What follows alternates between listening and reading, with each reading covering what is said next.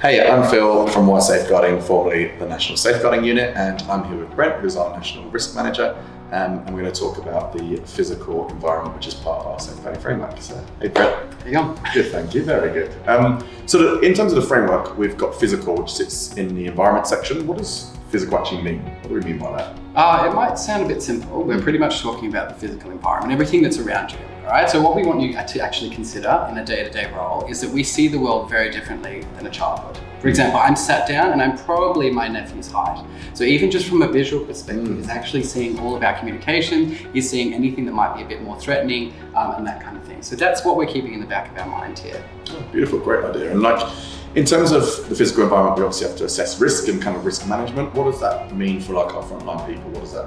What would you encourage them to think about here? Yep, so I'm going to let you know risk management can seem very intimidating. I mean, there's a million processes. There's an organization in Switzerland that just does standards, okay? So we're not asking you to know all of that stuff. What we're asking you is to do what you do every day. When you cross the road, right, you wait to see that there's no cars on the left or right. Well, we hope that you do, right? And the same as when you wear a seatbelt. It's just trying to look at what could go wrong and actually trying to put some controls in place that means that it can't go wrong. Or if it does, it's not going to go wrong as badly. Yeah. So say, for example, if you've got a gaping hole in the floor, obviously you're going to put some planks down or something like that rather than just walking around it and hoping that no one falls in.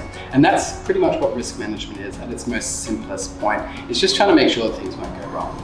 That's great, that's really helpful because actually it's nice to, sometimes those big words can actually seem quite scary. You've made it really simple. So in terms of the physical environment and risk management, what's some simple tips or things our frontline staff should consider across all the services we do here at the Y? What's some things we're probably going to align with our work health and safety colleagues, or OH&S, or whatever we're calling it nowadays, which is pretty much to say, if you see something, make sure that the right people know. All right, so it's not about you being able to save the day immediately. I mean, if there's a gaping hole, you can't really do too much about it. But it's about making sure that everybody who needs to know that there is a hazard there they know, you know what I mean? Yeah. So, even if it's just as simple as locking the door, etc. So for all of our frontline staff, don't feel, embarrassed or unsure about whether you're allowed to tell your manager or your safeguarding lead or the National Safeguarding Unit, currently Why Safeguarding, that something's actually going wrong, because that's the only way we can fix it.